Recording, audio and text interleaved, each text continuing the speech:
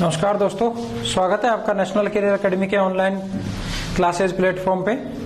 आज हम केमिस्ट्री के क्लासेज के बारे में बात करेंगे और उसमें हम परमाणु संरचना के बारे में बात करेंगे।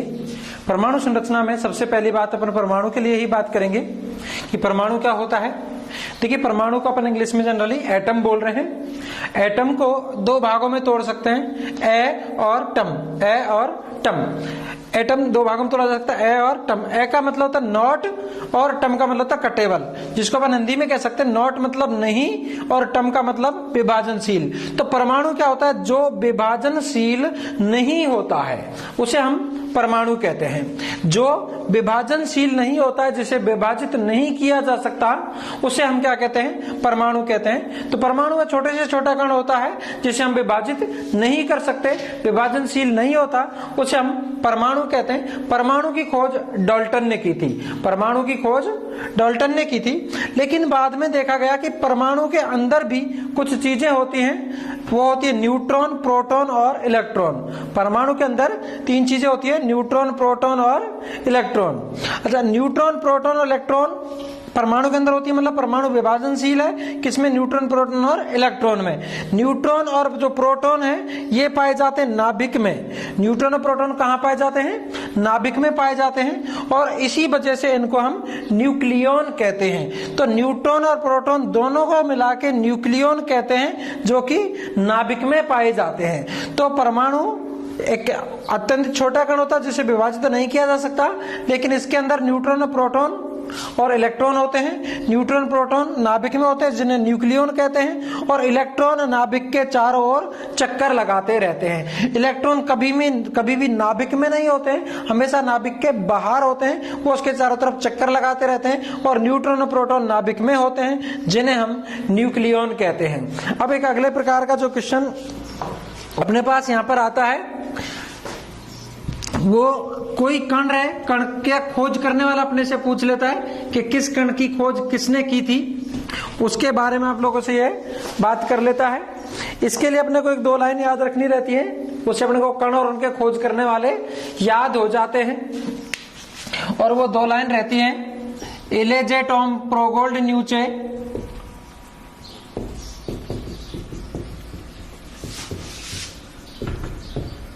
नारद आमली पर मौज ले। इलेजे टॉम प्रोगोल्ड न्यूचे, नारद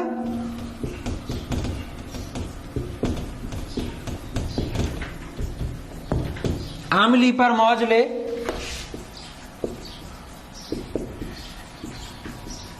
कैथो विलियम एनोगोल्ड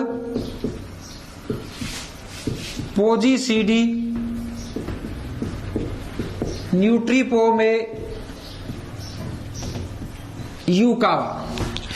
ये कुछ कण और उनके खोज करने वाले की ट्रिक है। थोड़ी सी स्टार्टिंग में अपने को अटपटी लगती है, बट बड़ी आसान से तरीके से अपने याद कर सकते हैं। इलेजे टॉम प्रोगोल्ड न्यूचे, नारद आमली पर मौज ले, कैथो विलियम एनोगोल्ड पोजी सीडी न्यूट्रीपो में यूकावा। इसका मतलब क्या होता है? इन दो लाइन का मतलब इसमें हर एक शब्द में एक कण है, एक उसका खोज करने वाला है। स्टार्टिंग में कण का नाम रहेगा, बाद में उसके खोज करने वाले का। तो इसमें क्या रहेगा? इले का मतलब हो गया इलेक्ट्रॉन, और जे टॉम का मतलब हो गया जे जे टॉमसन, जे जे थॉमसन। ठीक है, तो इलेजे टॉम का मतलब क्या हुआ? इलेक्ट्रॉन की खोज की थी जे जे थॉमसन ने। थॉमसन बोले टॉमसन बोले एक ही बात रहती है। तो इलेक्ट्रॉन की खोज जे जे थॉमसन ने की थी। प्रो गोल्ड, प्रो मतलब होता है प्रोटॉन, प्रो मतलब प्रोटॉन, और गोल्ड मतलब होता है गोल्ड स्टीन। तो प्रोटॉन की खोज की थी गोल्ड स्टीन ने। प्रोटॉन की खोज किसने की थी? गोल्ड स्टीन ने। न्यूचे, न्यूचे, न्यू का मतलब है न्यूट्रॉन, चे मतलब चैडविक। न्यूचे का मतलब क्या होगा? न्यूट्रॉन की खोज चैडविक। चैडविक को जेम्स भी लगता है नाम के आगे, तो न्यूट्रॉन की खोज की थी जेम्स चैडविक ने। न्यूट्रॉन की खोज किसने की? जेम्स चैडविक ने। नारद का मतलब क्या हुआ? ना का मतलब हुआ नाभिक, ना का मतलब नाभिक। रद का मतलब हो गया रदरफोर्ड। तो नाभिक की खोज किसने की? रदरफोर्ड ने। नाभिक की खोज किसने की? रदरफोर्ड ने। आ मतलब हो गया आवेश, और मिली मतलब मिलीकन। आवेश की खोज किसने की? मिलीकन ने। तो आमिली का मतलब क्या हुआ? आवेश की खोज मिलीकन ने की थी। पर मौजले, पर मतलब हो गया परमाणु क्रमांक, पर मतलब परमाणु क्रमांक, और मौजले मतलब मौजले। तो परमाणु क्रमांक की खोज किसने की? मौजले ने। परमाणु क्रमांक की खोज किसने की? मौजले ने। कैथो विलियम, कैथो मतलब कैथोड किरण, विलियम मतलब सर विलियम क्रुक्स। तो कैथोड किरणों की खोज किसने की? सर विलियम क्रुक्स ने। एनो मतलब एनोड किरण, और गोल्ड मतलब गोल्डस्टीन। तो एनोड किरण की खोज किसने की? गोल्डस्टीन ने। एनोड किरण की खोज किसने की? गोल्डस्टीन ने। एक होता पोजी सीडी, तो पोजी मतलब है पोजिट्रॉन, और सीडी मतलब सीडी एंडरसन। तो पोजिट्रॉन की खोज किसने की? सीडी एंडरसन ने। न्यूट्रीपो, न्यूट्री मतलब न्यूट्रिनो, पो मतलब पॉलिंग। तो न्यूट्रिनो की खोज किसने की? पॉलिंग ने। मैं यूकावा, मैं मतलब मेसोन, और यूकावा मतलब यूकावा।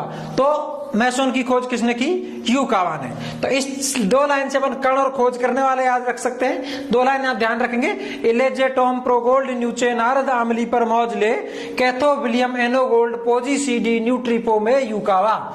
मतलब इलेक्ट्रॉन की खोज जे थॉमसन ने, प्रोटॉन की गोल्डस्टीन ने, न्यूट्रॉन की जेम्स चैडविक ने, नाभिक की रदरफोर्ड ने, आवेश की मिलिकन ने, परमाणु क्रमांक की मौजले ने, कैथोड किरण की विलियम क्रुक्स ने, एनोड किरण की गोल्डस्टीन, पोजिट्रॉन की सीडी एंडरसन, न्यूट्रिनो की पॉलिंग, और मेसोन की यूकावा। अब इनको अपन डिटेल में लिखते हैं, सारे कण को कंप्लीट किसने खोज की, कितना इसका आवेश होता है, क्या इन पर द्रव्यमान होता है, वो सारी चीजें अपन इसके बारे में, हर कण के बारे में बात करेंगे। कौन सा कण है, उसकी खोज किसने की, उस पर आवेश क्या होता है, और उस पर द्रव्यमान क्या रहता है, ये अपन बात करेंगे। तो सबसे पहला कण अपने पास आ रहा है इलेक्ट्रॉन। इलेक्ट्रॉन की खोज की थी जे थॉमसन ने। इस पर आवेश -1 या इसको -1.6 इंटू 10⁻⁻19 कूलाम भी कह सकते हैं। और द्रव्यमान इलेक्ट्रॉन पर जो होता है 9.1 इंटू 10⁻28 ग्राम। किलोग्राम में इसको बदलेंगे तो 1000 का भाग दे देते हैं, तो 9.1 इंटू 10⁻31 किलोग्राम इसका द्रव्यमान रहता है। इलेक्ट्रॉन के बाद हमारे पास आता है प्रोटॉन। प्रोटॉन की खोज की थी गोल्डस्टीन ने। प्रोटॉन की खोज किसने की? गोल्डस्टीन ने। इस पर आवेश होता है +1 या वो 1.6 इंटू 10⁻19 कूलाम। कभी भी आवेश की बात करेगा, एक निश्चित आवेश कितना हो सकता है किसी पर भी, तो वो 1.6 इंटू 10⁻19 कूलाम रहता है। द्रव्यमान इसका जो प्रोटॉन का रहता है 1.672 इंटू 10⁻24 ग्राम। किलोग्राम में बदलेंगे तो 1000 का भाग दे देते हैं, तो अब 10 की ये हो जाएगा 1.672 इंटू 10⁻27 किलोग्राम। इसी तरीके से न्यूट्रॉन। न्यूट्रॉन की खोज की थी जेम्स चैडविक ने। इस पर आवेश होता है, ये न्यूट्रल होता है, उदासीन रहता है, शून्य आवेश होता है। न्यूट्रॉन इसके नाम से पता चला, न्यूट्रॉन न्यूट्रल है, ये उदासीन रहता है, शून्य आवेश रहता है। इसका जो द्रव्यमान होता है 1.675 इंटू 10⁻24 ग्राम या 1.675 इंटू 10⁻27 किलोग्राम। ये जितने भी कण हैं उनमें सबसे भारी कण होता है न्यूट्रॉन। सबसे ज्यादा वजन की बात करें तो वो न्यूट्रॉन का रहता है। सबसे भारी कण या सबसे ज्यादा वजन वाला कण कौन है? न्यूट्रॉन है। इसके बाद हमारे पास आता है न्यूट्रॉन के बाद नाभिक। नाभिक की खोज की थी रदरफोर्ड ने। नाभिक के बाद इनके कोई आवेश द्रव्यमान नहीं है आगे। फिर नाभिक की खोज रदरफोर्ड ने की थी। आवेश की खोज की थी मिलिकन ने। आवेश की खोज मिलिकन ने की थी, जो कि तेल बूंद सिद्धांत से की थी। परमाणु क्रमांक की खोज की थी मौजले ने, हेनरी मौजले। पूरा नाम हेनरी मौजले था, तो परमाणु क्रमांक की खोज हेनरी मौजले ने की। कैथोड किरण की खोज की थी सर विलियम क्रुक्स ने।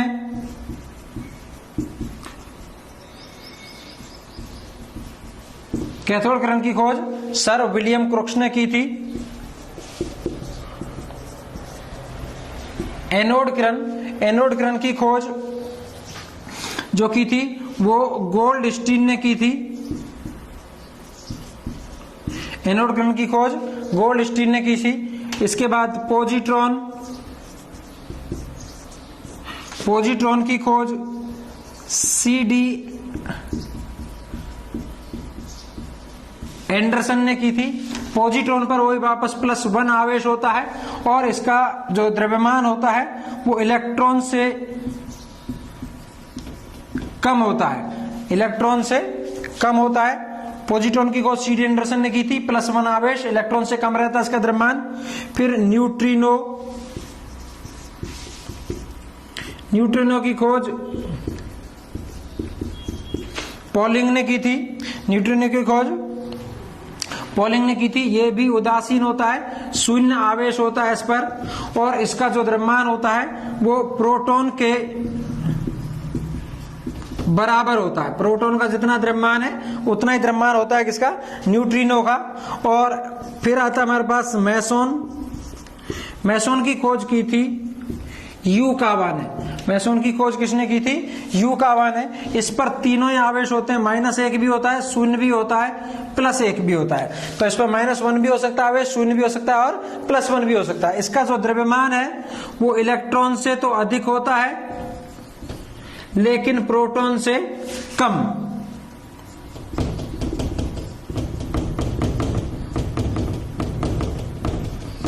तो ये सारे कण और उनके खोज करने वाले हमारे पास हो जाते हैं। इलेक्ट्रॉन की खोज जे थॉमसन ने, प्रोटॉन की गोल्डस्टीन, न्यूट्रॉन की जेम्स चैडविक,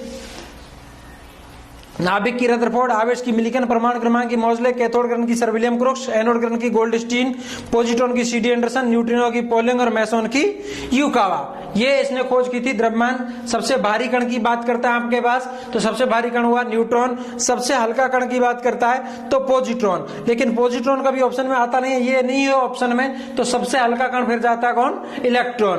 तो सबसे भारी कण न्यूट्रॉन, सबसे हल्का कण इलेक्ट्रॉन। ये कण और उनके खोज करने वाले हो जाते हैं, उनका द्रव्यमान, उनका आवेश, ये इसमें अपने पास आता है।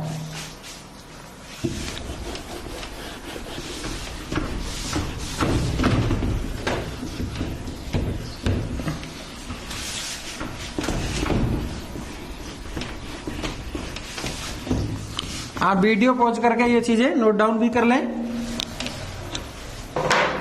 इसके बाद जो नाभिक का आकार होता है या नाभिक के आकार की जो कोटि होती है वो होती है 10⁻13 सेंटीमीटर या 10⁻15 मीटर। नाभिक का आकार कितना होता है, 10⁻13 सेंटीमीटर या 10⁻15 मीटर। जबकि परमाणु का आकार जो होता है, परमाणु का आकार होता है 10⁻8 सेंटीमीटर या 10⁻10 मीटर। तो नाभिक का आकार होता है 10⁻13 सेंटीमीटर या 10⁻15 मीटर और परमाणु का आकार होता है 10⁻8 सेंटीमीटर या 10⁻10 मीटर। इस तरह परमाणु के अंदर पाया जाता है नाभिक, इसलिए बड़ा होता है परमाणु। परमाणु का आकार नाभिक से कितना बड़ा होता है, तो परमाणु का आकार नाभिक से 10⁵ गुना या 1,00,000 गुना बड़ा होता है। तो परमाणु नाभिक से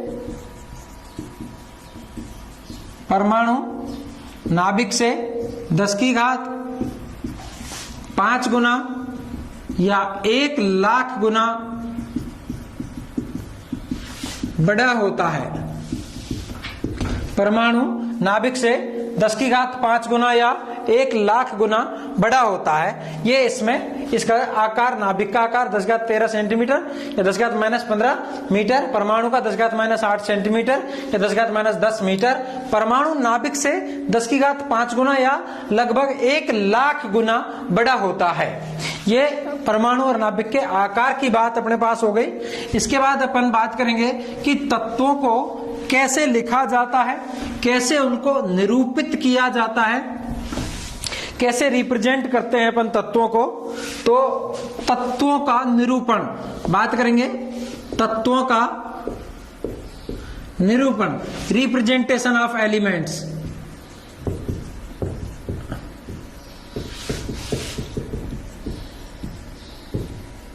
कैसे तत्वों को प्रदर्शित करते हैं, लिखने का ढंग क्या है उनका। तो तत्वों को निरूपित किया जाता है ZXA, कहीं कहीं ऐसा भी लिखा हो सकता है ZXA। यहां पर ये सारी चीजें क्या है, Z है किसी भी तत्व का परमाणु क्रमांक, Z क्या है किसी तत्व का परमाणु क्रमांक। नीचे जो संख्या लिखी रहेगी वो उस तत्व का परमाणु क्रमांक रहेगा। तो Z यहां पर क्या है, तत्व का परमाणु क्रमांक है। जितना किसी भी तत्व का परमाणु क्रमांक होगा उतने ही उसमें इलेक्ट्रॉन होंगे और उतने ही उसमें प्रोटॉन होंगे। उदासीन परमाणु की बात कर रहे हैं। उदासीन परमाणु में यदि किसी पर आवेश आ जाता है तो इलेक्ट्रॉन की संख्या में परिवर्तन होता है, प्रोटॉन की संख्या में कोई परिवर्तन नहीं होता है। प्रोटॉन उतने ही रहते हैं जितना तत्व का परमाणु क्रमांक है, चाहे उसमें प्लस आवेश आ जाए चाहे माइनस आवेश आ जाए। इलेक्ट्रॉन की संख्या पर फर्क पड़ता है प्लस और माइनस आवेश का। तो आप ध्यान रखेंगे हमेशा उदासीन परमाणु में, उदासीन तत्व के लिए जितना तत्व का परमाणु क्रमांक है उतने ही उसमें इलेक्ट्रॉन होते हैं और उतने ही उसमें प्रोटॉन होते हैं। तो ये बात आप हमेशा ध्यान रखने की आपके लिए है कि यदि आपको प्रोटॉन की संख्या पता है तो आप परमाणु क्रमांक बता सकते हैं, परमाणु क्रमांक पता है, प्रोटॉन बता सकते हैं, इलेक्ट्रॉन बता सकते हैं। इन सब का मान एक ही होता है। उदासीन परमाणु में जितने प्रोटॉन होते हैं उतने ही इलेक्ट्रॉन होते हैं, उतना ही उसका परमाणु क्रमांक होता है। ठीक है, तो ये नीचे जो संख्या लिखी होती है किसी भी तत्व के प्रदर्शन में, नीचे जो संख्या लिखी होती है वो उसका परमाणु क्रमांक होता है, वही इलेक्ट्रॉन की संख्या होती है और वही प्रोटॉन की संख्या होती है। ऊपर जो है ए, जो ऊपर सबसे ऊपर जो संख्या लिखी रहेगी ए, इसको अपन बोलेंगे परमाणु भार, परमाणु भार या द्रव्यमान संख्या, मास नंबर या एटॉमिक वेट। द्रव्यमान संख्या, परमाणु भार या द्रव्यमान संख्या इसको अपन बोलेंगे ए को, जो ऊपर लिखा रहेगा। किसी भी तत्व में जो ऊपर संख्या लिखी रहेगी वो परमाणु क्रमांक रहेगा उसका। अच्छा, ए कैसे क्या होता है, किसी भी तत्व में टोटल जितने न्यूट्रॉन और प्रोटॉन होते हैं, न्यूट्रॉन और प्रोटॉन की संख्या का जो कुल योग है वो आपका द्रव्यमान संख्या होती है या परमाणु भार होता है। किसी भी तत्व में न्यूट्रॉन और प्रोटॉन, टोटल जितने न्यूट्रॉन और प्रोटॉन है वही उसमें क्या होता है, उसका परमाणु भार होता है या द्रव्यमान संख्या होती है। मेन हमसे जो क्वेश्चन यदि यहाँ पर पूछा जाता है तो जनरली वो आपसे न्यूट्रॉन की संख्या पूछता है। तो न्यूट्रॉन की संख्या आप कैसे निकालेंगे, न्यूट्रॉन ए बराबर क्या हो जाएगा, ए माइनस पी, ए माइनस पी, मतलब द्रव्यमान संख्या माइनस प्रोटॉन की संख्या, द्रव्यमान संख्या माइनस प्रोटॉन की संख्या। इसमें इधर उधर होने की जरूरत नहीं, बड़ा आसान सा तरीका आप कर सकते हैं। ऊपर वाली संख्या में से नीचे वाली संख्या आप माइनस कर देंगे, न्यूट्रॉन आ जाएंगे। तो न्यूट्रॉन निकालने के लिए आसान तरीका आप ध्यान रख सकते हैं कि जो आपको प्रदर्शित दिया गया तत्व का प्रदर्शन, उसमें ऊपर वाली संख्या में से नीचे वाली संख्या आप घटा देंगे तो आपके पास सीधे सीधे न्यूट्रॉन आ जाएंगे। मैं यहां पर लिख भी देता हूं, ऊपर वाली संख्या माइनस नीचे वाली संख्या। तो ऊपर वाली संख्या में से आप नीचे वाली संख्या माइनस कर देते हैं, आपके पास न्यूट्रॉन की संख्या आ जाती है। और x यहां पर रहता है तत्व, जो भी आपने यहां पर बीच में जो रहेगा वो तत्व रहेगा। जैसे अपन इसके बात करें तो जैसे 17Cl 37, 17Cl37 ये एक कोई एलिमेंट है। इसमें ये सारी चीज अपने को पता करनी है कि इसका परमाणु क्रमांक कितना है, प्रोटॉन कितने हैं, इलेक्ट्रॉन कितने हैं, न्यूट्रॉन कितने हैं, द्रव्यमान संख्या कितनी है और x मतलब तत्व कौन सा है। तो आपको बताया था कि जो सबसे नीचे संख्या लिखी रहती है वो अपने पास होता है उसका परमाणु क्रमांक। तो परमाणु क्रमांक कितना है यहाँ पर 17, परमाणु क्रमांक कितना 17। अब जितना परमाणु क्रमांक होता है उतने ही उसमें इलेक्ट्रॉन होते हैं, उतने ही उसमें प्रोटॉन होते हैं। तो तत्व का 17। न्यूट्रॉन कैसे आप निकालेंगे? ऊपर की संख्या में से आपको नीचे की संख्या माइनस कर देनी है, आपके पास न्यूट्रॉन आ जाएंगे। तो ऊपर की संख्या हमारे पास 37 है, उसमें से आपने 17 माइनस कर दिए, आपके न्यूट्रॉन कितने हो गए? 20। ऊपर जो संख्या लिखी रहेगी वो आपका परमाणु भार मतलब द्रव्यमान संख्या होती है, तो 37 आपका परमाणु भार हो गया। और x कौन है यहाँ पर? Cl। तो तत्व हो गया हमारे पास यहाँ पर Cl मतलब क्लोरीन। तत्व कौन हो गया हमारे पास यहाँ पर? क्लोरीन हो गया। तो इस तरीके से अपन तत्वों का निरूपण कर सकते हैं ZXA के रूप में। Z आपका परमाणु क्रमांक है, जितना परमाणु क्रमांक है उतने ही उसमें इलेक्ट्रॉन होंगे, उतने ही उसमें प्रोटॉन होंगे। जितना आपके पास ऊपर संख्या लिखी है तो नीचे जो संख्या लिखी है वो परमाणु क्रमांक है, इलेक्ट्रॉन की संख्या भी वही है और प्रोटॉन की संख्या भी वही है। इलेक्ट्रॉन ऊपर वाली संख्या जो है आपकी परमाणु भार है, द्रव्यमान संख्या, ये किससे क्या होती है? द्रव्यमान संख्या न्यूट्रॉन और प्रोटॉन का टोटल संख्या।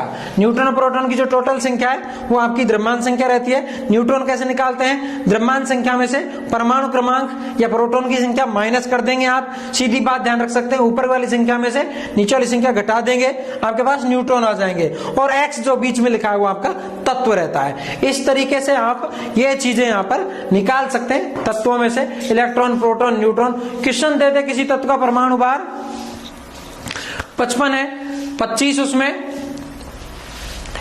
प्रोटॉन है, तो उसमें न्यूट्रॉन की संख्या कितनी होगी? तो 55 माइनस 25 30। तो द्रव्यमान संख्या में से आपको प्रोटॉन की संख्या घटा देनी है और आपके पास न्यूट्रॉन या जो भी चीज है वो सारी चीजें निकल जाती हैं। इसके बाद अपन आगे कुछ परिभाषाओं से संबंधित बात करते हैं जिनमें भी क्वेश्चंस अपने में आने के चांसेस रहते हैं। सबसे पहले अपन बात करें समस्थानिक। समस्थानिक, तो समस्थानिक में क्या रहता है? समस्थानिक को अपन क्या कहते हैं? आइसोटॉप भी कहते हैं। समस्थानिक, पहली बात तो जो समस्थानिक, सम स्थानिक मतलब स्थान समान होता है आवर्त सारणी में। स्थान समान होता है मतलब परमाणु क्रमांक एक जैसा रहता है, परमाणु क्रमांक एक समान रहता है। इसका मतलब ये जो समस्थानिक होते हैं ये एक ही तत्व के होते हैं। समस्थानिक जो होते हैं वो अलग अलग तत्वों के नहीं होके एक ही तत्व के होते हैं। तो सीधी सी बात, ज्यादा लंबी चौड़ी परिभाषा की बात नहीं करें। समस्थानिक में क्या होता है कि परमाणु क्रमांक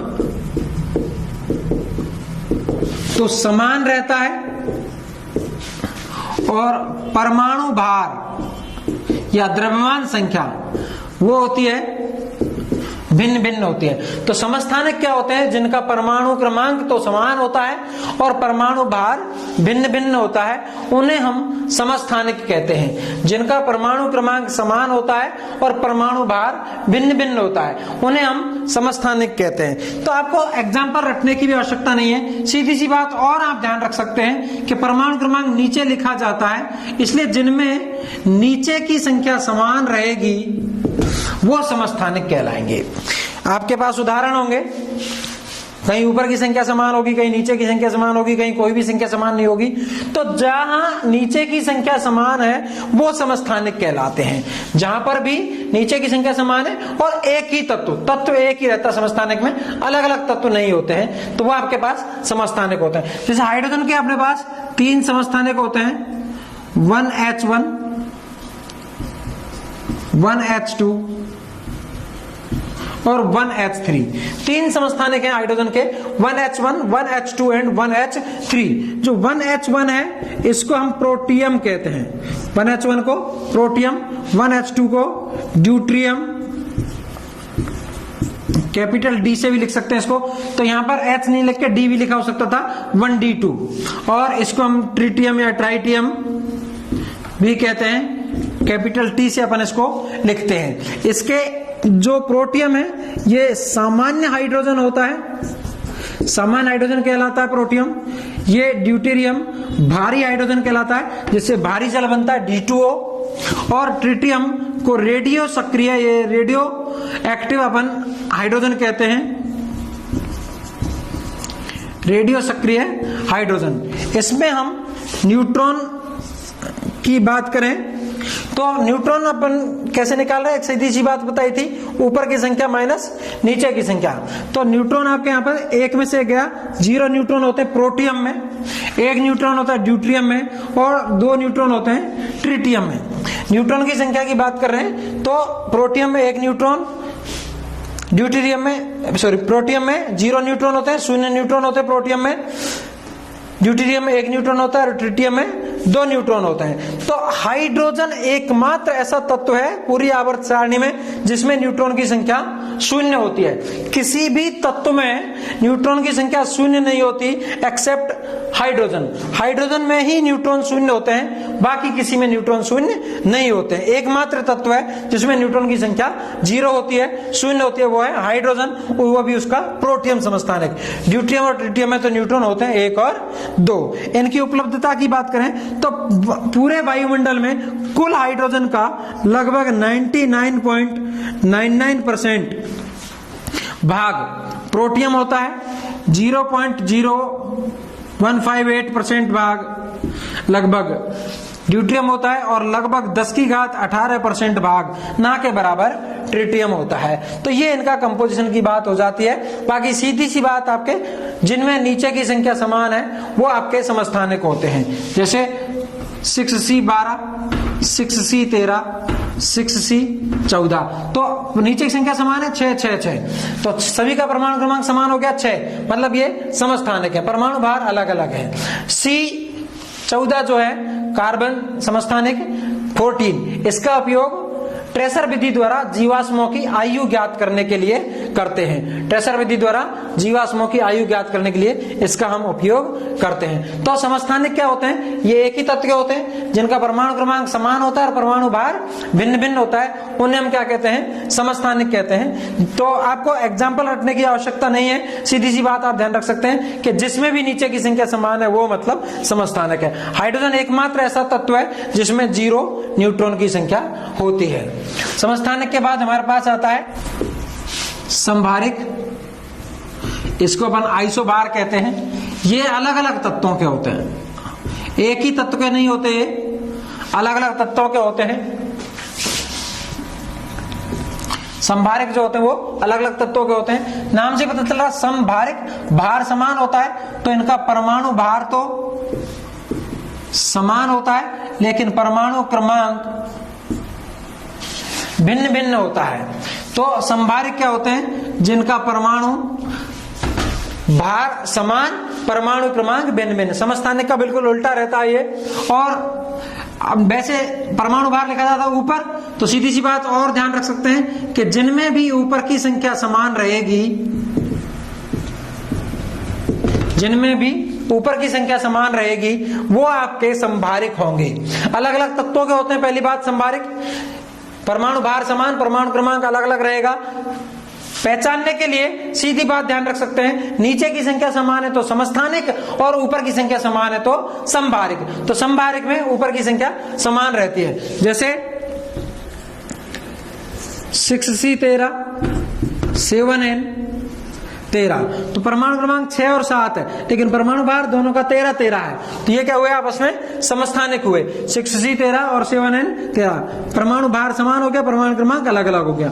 जैसे 18 आर्गन 40, 19 पोटेशियम 40 और 20 कैल्शियम 40। तो परमाणु क्रमांक तो अलग अलग हुआ 18, 19, 20, लेकिन परमाणु भार हो गया समान 40, 40 और 40। तो आप देख रहे हैं ऊपर की संख्या समान आ रही है, ऊपर की संख्या समान आ रही है मतलब वो क्या हो गए, संभारिक हो गए। ऊपर की संख्या समान तो संभारिक और नीचे की संख्या समान तो समस्थानिक। ठीक है। सम न्यूट्रॉनिक, नाम से ही पता चल रहा है न्यूट्रॉन की संख्या समान रहती है, न्यूट्रॉन की संख्या समान रहती है। तो सम न्यूट्रॉनिक में न्यूट्रॉन की संख्या समान रहती है। और न्यूट्रॉन हम कैसे निकालते हैं, थोड़ी देर पहले हमने बात करी थी, ऊपर की संख्या में से आप नीचे की संख्या घटा देंगे, न्यूट्रॉन आ जाते हैं। ऊपर की संख्या में से नीचे की संख्या घटाएंगे, न्यूट्रॉन आ जाएंगे आपके पास। तो जैसे 1H3 और 2He4।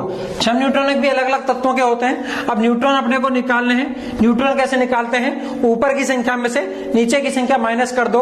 ऊपर है 3, नीचे है 1, 3 में से 1 गया 2, 4 में से 2 गए 2, तो 3 में से 1 गया 2, 4 में से 2 गए 2। न्यूट्रॉन कितने आ रहे हैं? 2 2। दोनों में न्यूट्रॉन आ रहे हैं समान, तो ये क्या हो गए? सम न्यूट्रॉनिक। जैसे 6C 13, 7N 14। तो न्यूट्रॉन अब निकालेंगे। 13 में से 6 गए तो 7 और 14 में से 7 गए तो 7। तो न्यूट्रॉन दोनों में कितने आ रहे हैं? 7 7। बराबर आ रही है न्यूट्रॉन की संख्या। यहाँ पे 2 2 आ रहे थे, यहाँ पर 7 7 आ रहे हैं, मतलब न्यूट्रॉन की संख्या बराबर आ रही है, समान आ रही है। तो ये क्या कहलाएंगे? सम न्यूट्रॉनिक कहलाएंगे। क्या कहलाएंगे? सम न्यूट्रॉनिक कहलाएंगे। तो इस तरीके से अपन सम न्यूट्रॉनिक देख सकते हैं। इसके बाद एक नया पॉइंट यहां पर आता है, हो सकता है नाम आपने नहीं सुना हो, वो उसको अपन बोलते हैं आइसोडायफर।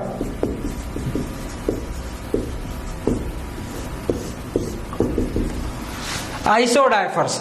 आइसोडायफर्स क्या होते हैं? जिनमें न्यूट्रॉन तथा प्रोटॉन की संख्या का अंतर समान होता है। इनमें न्यूट्रॉन एवं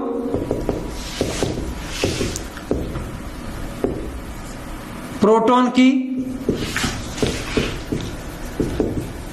संख्या का अंतर समान होता है, वो हमारे पास होते हैं सम न्यूट्रॉनिक। जिनमें न्यूट्रॉन और प्रोटॉन की संख्या का अंतर, मतलब n-p न्यूट्रॉन और प्रोटॉन की संख्या का अंतर जो समान है वो होंगे आइसोडायफर्स। अब न्यूट्रॉन कैसे निकालेंगे अपन? ऊपर की संख्या में नीचे की संख्या घटाएंगे। न्यूट्रॉन, प्रोटॉन क्या होता है? तो न्यूट्रॉन की नीचे वाली संख्या होती है वो प्रोटॉन। न्यूट्रॉन निकालो, प्रोटॉन निकालो, फिर उसमें से घटाओ, संख्या बराबर आ रही है, तो मतलब हुआ आइसोडायफर। जैसे 1s3 3Li7 4B9 4Be9 5B11 6C13 ऐसे है। इसमें अपन न्यूट्रॉन निकालेंगे, प्रोटॉन निकालेंगे, फिर न्यूट्रॉन और प्रोटॉन की संख्या का अंतर निकालेंगे। न्यूट्रॉन कैसे निकालते हैं? ऊपर की संख्या में से नीचे की संख्या माइनस करनी है। 3 में से 1 गया हमारे पास 2, 7 में से 3 गए 4, 9 में से 4 गए 5, 11 में से 5 गए 6, 13 में से 6 गए 7। प्रोटॉन क्या होते हैं? जो नीचे वाली संख्या है वही प्रोटॉन होता है, परमाणु क्रमांक के बराबर होते हैं। तो प्रोटॉन इसमें कितना हुआ? 1 प्रोटॉन, यहाँ पर 3, यहाँ पर 4 प्रोटॉन, ये 5 प्रोटॉन और इसमें 6 प्रोटॉन। अब न्यूट्रॉन की संख्या में से प्रोटॉन की संख्या माइनस कर देंगे तो देखते हैं क्या आ रहा है। 2 में से 1 गया तो 1 आया, 4 में से 3 गए 1 आया, 5 में से 4 गया 1 आया, 6 में से 5 गया 1 आया और 7 में से 6 गया 1 आया। आप देख रहे हैं कि न्यूट्रॉन और प्रोटॉन की संख्या का अंतर सभी में 1 1 आ रहा है, जो कि समान है। तो इसलिए इसे हम क्या बोलेंगे? सम न्यूट्रॉनिक बोलेंगे, सॉरी आइसोडायफर्स बोलेंगे। जिनमें न्यूट्रॉन और प्रोटॉन की संख्या का अंतर समान होता है वो आइसोडायफर्स कहलाते हैं। तो जिनमें परमाणु क्रमांक समान होता है वो समस्थानिक, जिनमें परमाणु भार समान होता है वो समभारिक, जिनमें न्यूट्रॉन की संख्या समान होती है वो सम न्यूट्रॉनिक, और जिनमें न्यूट्रॉन और प्रोटॉन की संख्या का अंतर समान होता है वो होते हैं आइसोडायफर्स। ये हमारे पास इसमें कुछ चीजें होती हैं। इसके बाद अपन आगे बात करते हैं रदरफोर्ड का नाभिकीय प्रतिरूप।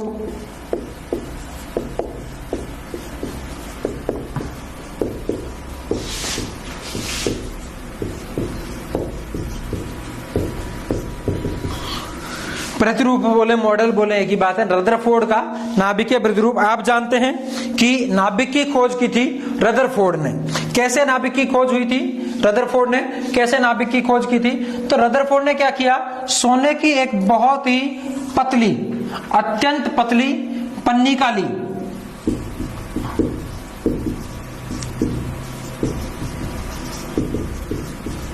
तो सोने की एक अत्यंत पतली पन्निका ली जिसकी मोटाई थी लगभग 0.004 मिलीमीटर बहुत बहुत बहुत पतली एक पन्निका ली सोने की, और उस पर अल्फा कणों की बौछार करवाई। उस पर अल्फा कणों की बौछार करवाई तो क्या देखा कि अधिकांश अल्फा कण अपने मार्ग पर सीधे निकल गए थे, जिधर उनको जाना था सीधे सीधे आगे निकल लिए।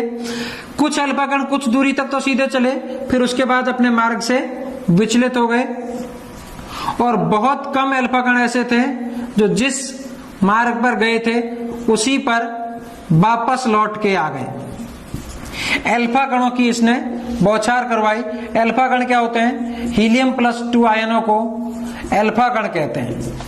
हीलियम +2 आयनों को अल्फा कण कहते हैं। तो रदरफोर्ड के नाभिक के प्रतिरूप में रदरफोर्ड ने क्या किया?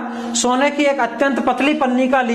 इस सोने की अत्यंत पतली पन्निका पर इन्होंने अल्फा कणों की बौछार करवाई, और अल्फा कणों की बौछार करवाने पर देखा 3 बातें यहां पर निकल के आई कि अधिकांश अल्फा कण बिना मुड़े अपने मार्ग पर सीधे निकल जाते हैं। कुछ अल्फा कण कुछ दूरी तक सीधा चलने के बाद अपने मार्ग से विचलित हो जाते हैं, और बहुत कम अल्फा कण ऐसे होते हैं जो जिस मार्ग पर गए थे उसी पर वापस लौट जाते हैं।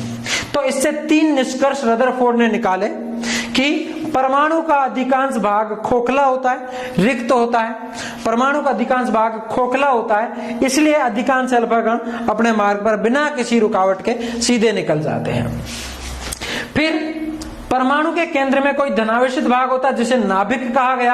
अब अल्फा कण पर भी प्लस आवेश, नाभिक में भी प्लस आवेश, क्योंकि प्रोटॉन होते हैं नाभिक में, तो अल्फा कणों पर भी प्लस आवेश और नाभिक में भी प्लस आवेश। आप जानते हैं समान आवेश में प्रतिकर्षण होता है, तो कुछ दूरी तक तो अल्फा कण सीधे चलते हैं, जैसे नाभिक में के पास आते हैं तो प्लस प्लस आवेश होने की वजह से प्रतिकर्षण होता है और अपने मार्ग से विचलित हो जाते हैं। और इसके केंद्र में जो ये छोटा भाग होता है नाभिक, ये एक अत्यंत छोटा होता है और सघन भाग होता है, जिससे टकराकर अल्फा कण वापस अपने मार्ग पर लौट जाते हैं। तो क्या 3 निष्कर्ष निकाले कि इसका अधिकांश भाग खोखला होता है, केंद्र में धनावेशित भाग पाया जाता है जिसे अपन नाभिक कहते हैं, और नाभिक से टकरा के कुछ कण वापस अपने मार्ग पर लौट जाते हैं। ये इसका हमारे पास था परमाणु नाभिकीय प्रतिरूप रदरफोर्ड का। फिर रदरफोर्ड ने बात करी थी परमाणु प्रतिरूप की। नाभिक की खोज करने के बाद परमाणु प्रतिरूप दिया रदरफोर्ड ने। ज्यादा इंपॉर्टेंट ये नहीं था,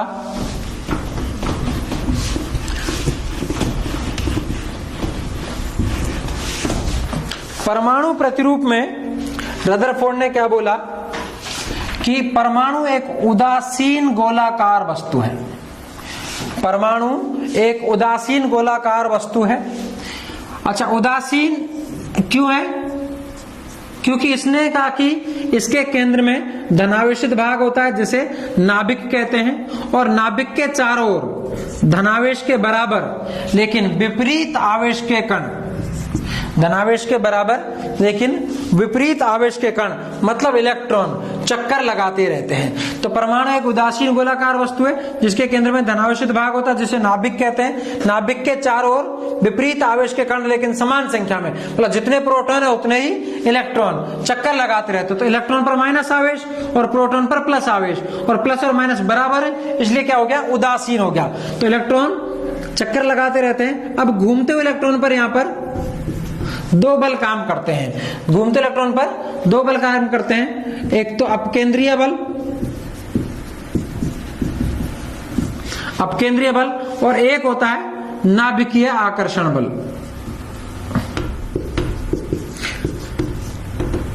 नाभिकीय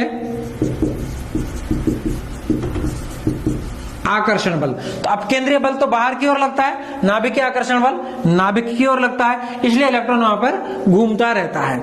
इसने एक ये बात भी बताई थी कि इलेक्ट्रॉन नाभिक के चारों ओर ठीक उसी प्रकार से चक्कर लगाते हैं जिस प्रकार से सूर्य के चारों ओर ग्रह चक्कर लगाते हैं। तो इलेक्ट्रॉन नाभिक के चारों ओर उसी प्रकार चक्कर लगाते हैं जिस प्रकार से सूर्य के चारों ओर ग्रह चक्कर लगाते हैं। अच्छा, उसके बावजूद इसने ये बात करी, फिर भी ये असफल हो गया। असफल होने के पीछे